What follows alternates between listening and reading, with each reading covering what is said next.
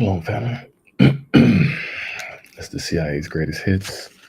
Hit number 9, the JFK assassination.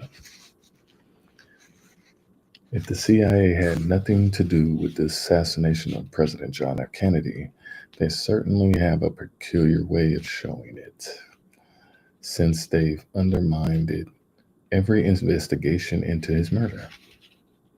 This is hardly surprising, given the disproportionate number of CIA connections to the case. Take the accused lone nut, Lee Harvey Oswald, as a Marine. He was stationed at Tsugi Air Base in Japan, one of the largest CIA stations in the world and home to the ultra-secret U-2 spy plane. See, hit number 7.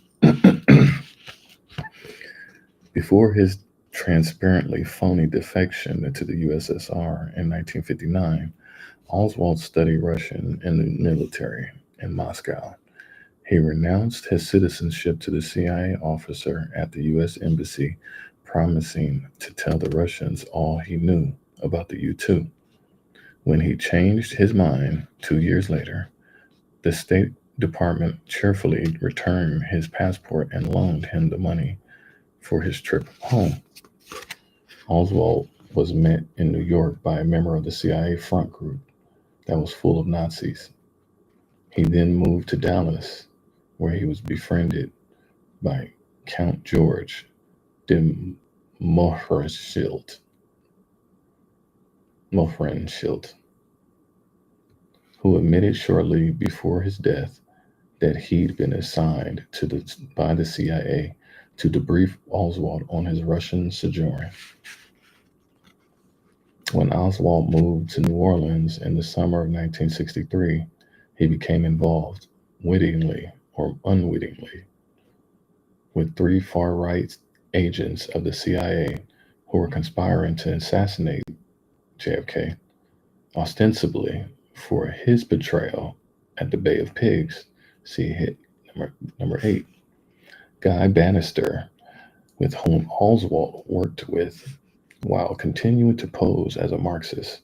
Clay Shaw, who would later be acquitted of involvement in JFK assassination at a trial where the prosecution tried but failed to obtain proof of his CIA status. And David Ferry, whose Civil Air Patrol unit Oswald had joined when he was 15.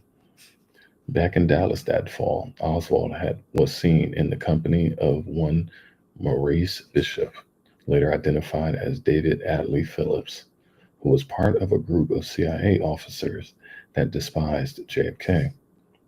It included the fanatical William Harvey, who had strong links to the mafia.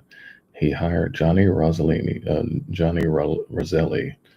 to have Castro killed, and future Watergate burglar Howard Hunt, who would later lose a libel suit against a newspaper that said he was involved in the JFK assassination.